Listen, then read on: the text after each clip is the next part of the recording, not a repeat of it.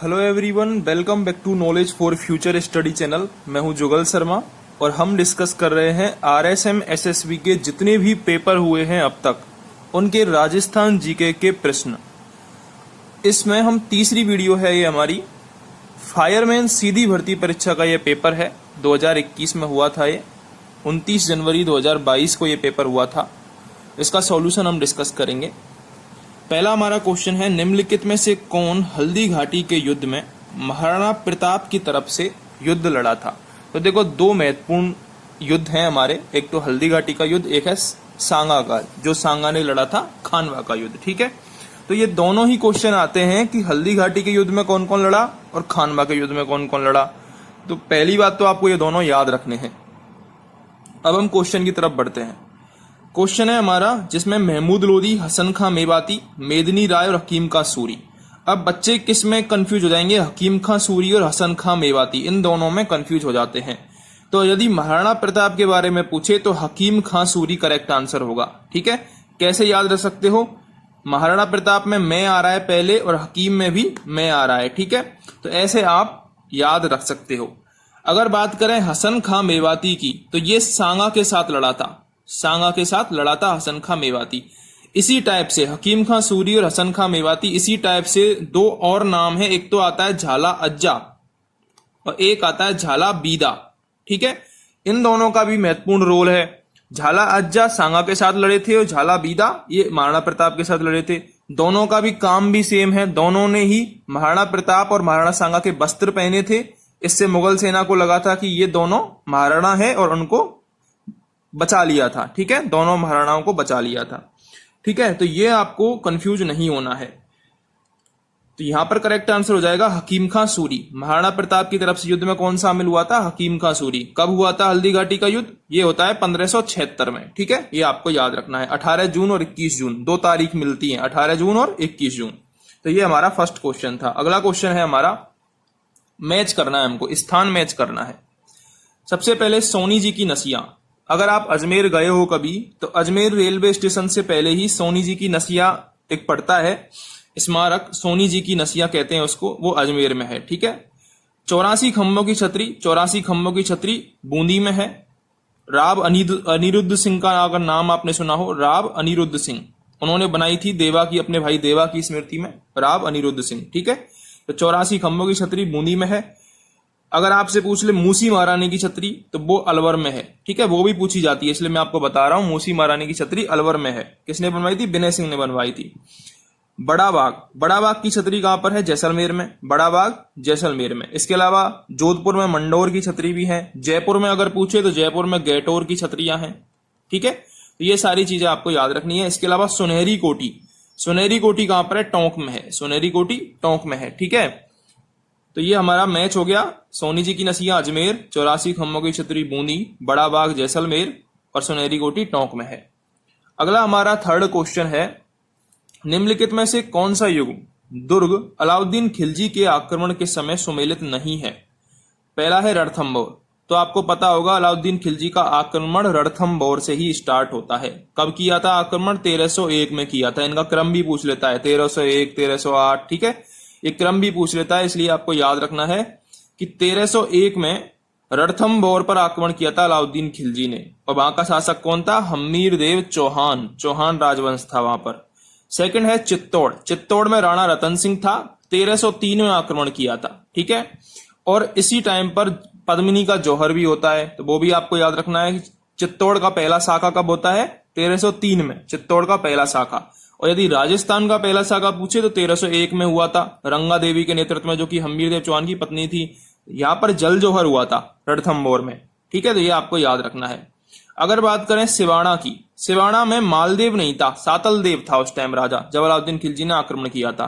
क्योंकि जो मालदेव जो था ये जोधपुर का राजा है। मालदेव जोधपुर का राजा है। इसके बारे में मैंने आपको बताया था कि मालदेव हसमत वाला शासक ये कहा जाता है, बामन युद्धों का विजेता कहा जाता है। सांगा के साथ भी लड़ा था ये खानवा के युद्ध में। इसके पिता का नाम राव गांगा था, जिसको इन्होंने मार दिया था, तो इसको पितृहंता भी कहा जाता है, वो भी आपको याद रखना है। और बात करें यदि जालोर की, तो जालोर में कान्हड़ देव था। कान्हड़ देव की जो प्रमुख पुस्तक है वो है पद्मनाभ। पद्मनाभ, ठीक है, पद्मनाभ ने कान्हड़देव प्रबंध लिखी थी। ठीक है, ये मैं बताना चाह रहा था कि कान्हड़देव प्रबंध नामक पुस्तक है वो पद्मनाभ की है, और जालौर के जो शासक थे कान्हड़देव, उनके ऊपर ये पुस्तक लिखी हुई है। ठीक है, तो ये हमारा आंसर क्या हो जाएगा, सिवाड़ा। सिवाड़ा के राजा मालदेव नहीं थे, सातलदेव थे। ठीक है, सिवाड़ा पर युद्ध हुआ था 1308 में, ये आपको सन आपको जरूर याद रखने पूछे जाते हैं, और जालौर पर हुआ था 1311 में। ठीक है, सन सारे याद रखने हैं आपको। अगला हमारा क्वेश्चन है, निम्नलिखित में से कौन सा त्योहार एक कैलेंडर वर्ष के अनुसार सबसे बाद में आता है। तो बात करें हम यदि गणगौर की, गणगौर चैत्र के महीने में आती है। कहावत आपने सुनी होगी, जब हम इस टॉपिक को पढ़ते हैं तो सबसे पहले कहावत पढ़ाई जाती है।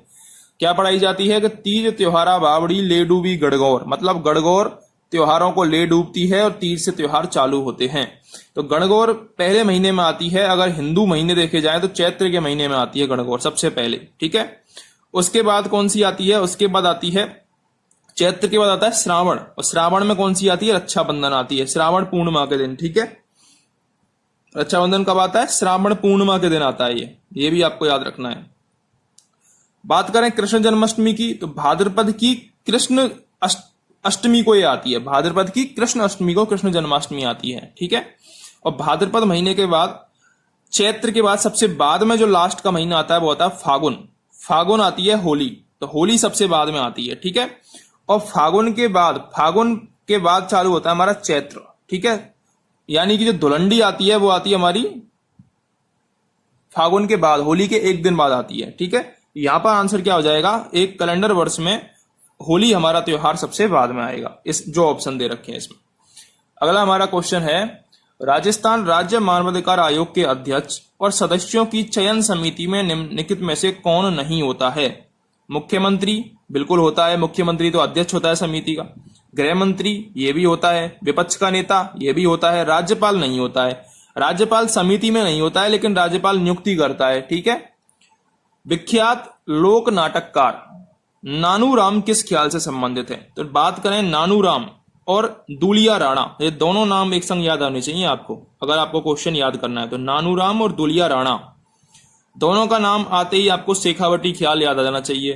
ठीक है, अगर बात करें तुर्रा कलंगी ख्याल की, तुर्रा कलंगी ख्याल चित्तौड़ का फेमस है।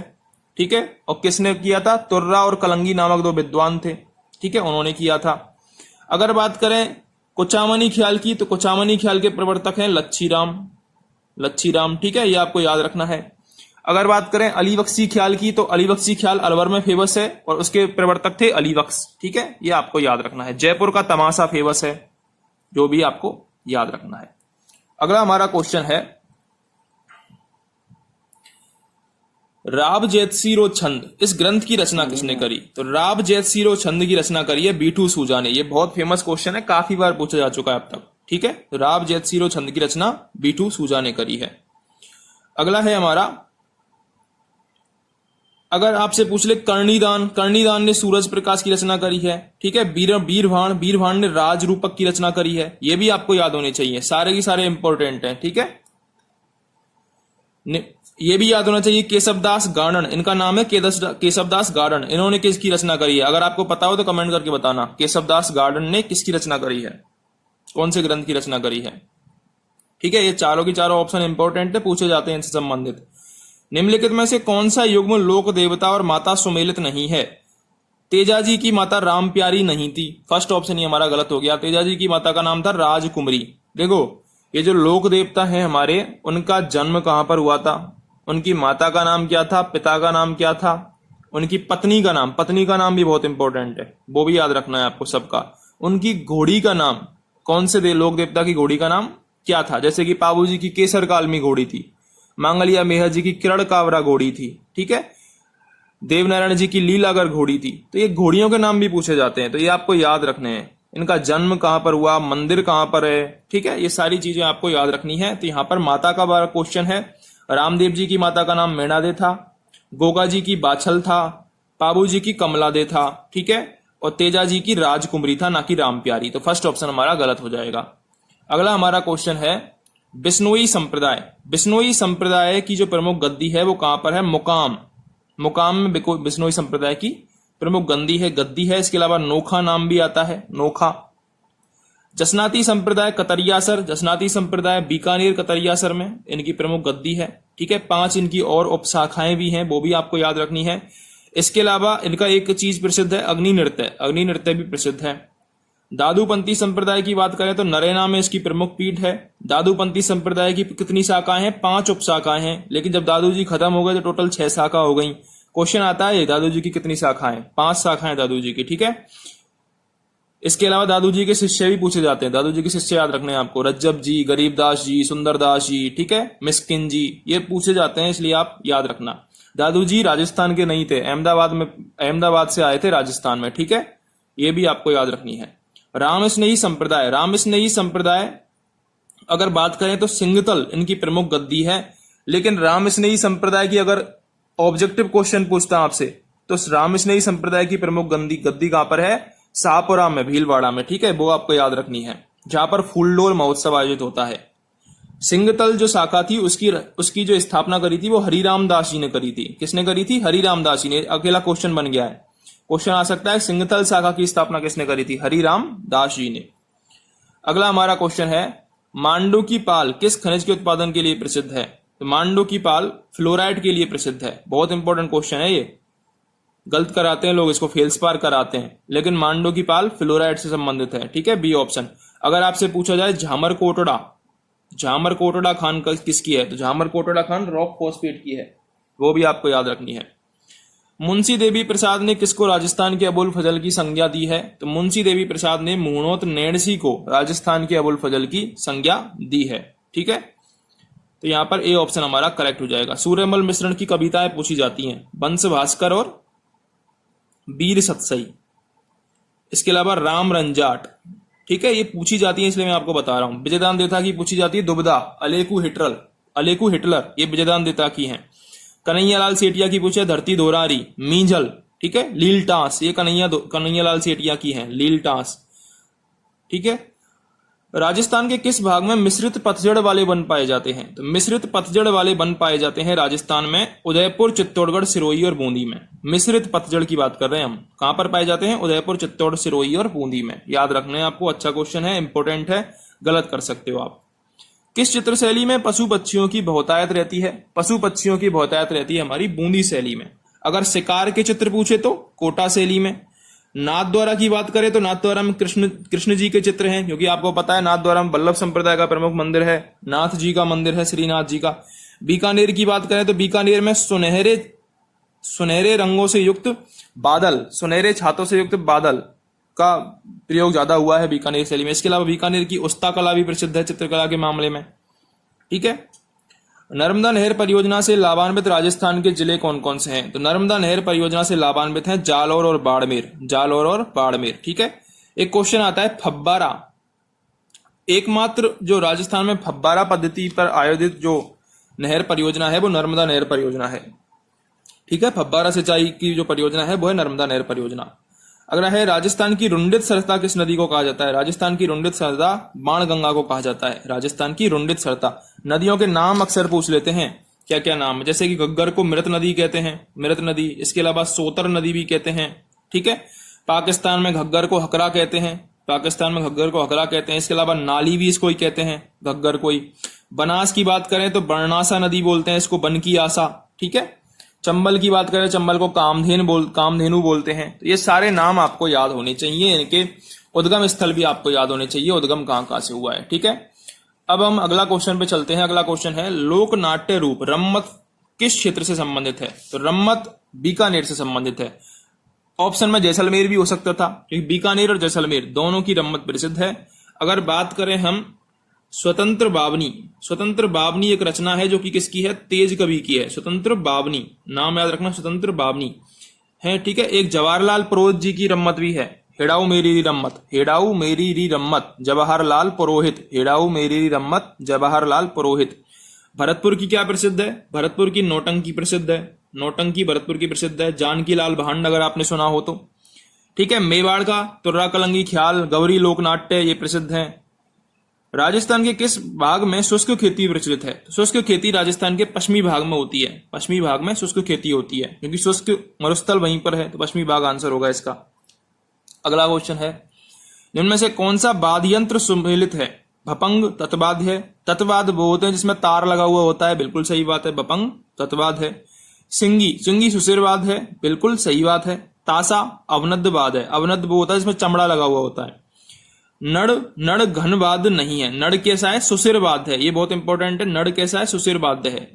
और नड़ के जो प्रमुख कलाकार हैं वो है कर्णाभील, ये भी आपको याद रखना है। निम्नलिखित संतों में से किसने अपने लेखन में मेवाती बोलियों का प्रयोग नहीं किया है? लालदास, चरणदास, सहजोबाई। देखो सहजोबाई चरणदास जी की शिष्या थी, ठीक है, तो ये दोनों मेवात के थे। चरणदास जी की प्रमुख पीठ दिल्ली में भी है, डेहरा अलवर में भी है।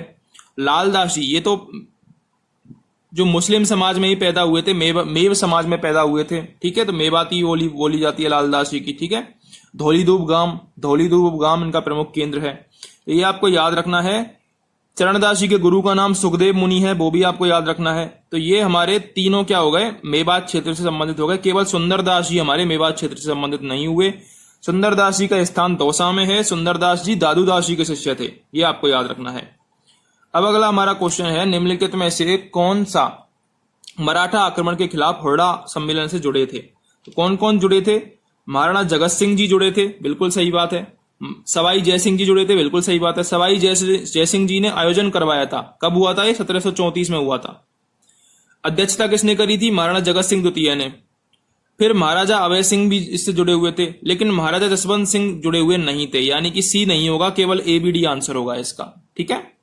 निम्नलिखित में से कौन सा युग्म RTDC के होटल का नाम स्थान सुमेलित नहीं है? कजरी उदयपुर में है, सही बात है। खादिम अजमेर में है, ये भी सही बात है। मूमल जैसलमेर में है, ये भी सही बात है। ढोला मारू जोधपुर में नहीं है, तो हमारा डी ऑप्शन करेक्ट हो जाएगा इसमें। ये किसी भी RTDC के होटल का नाम नहीं है। अब मैं आपसे क्वेश्चन पूछता हूं, RTDC की स्थापना कब हुई थी? ये आप कमेंट करके बताना। RTDC की स्थापना कब हुई थी? कमेंट करके बताना। तो अगर आपको वीडियो हेल्पफुल लगी हो तो चैनल को सब्सक्राइब जरूर कर दें, वीडियो को लाइक और शेयर जरूर करें।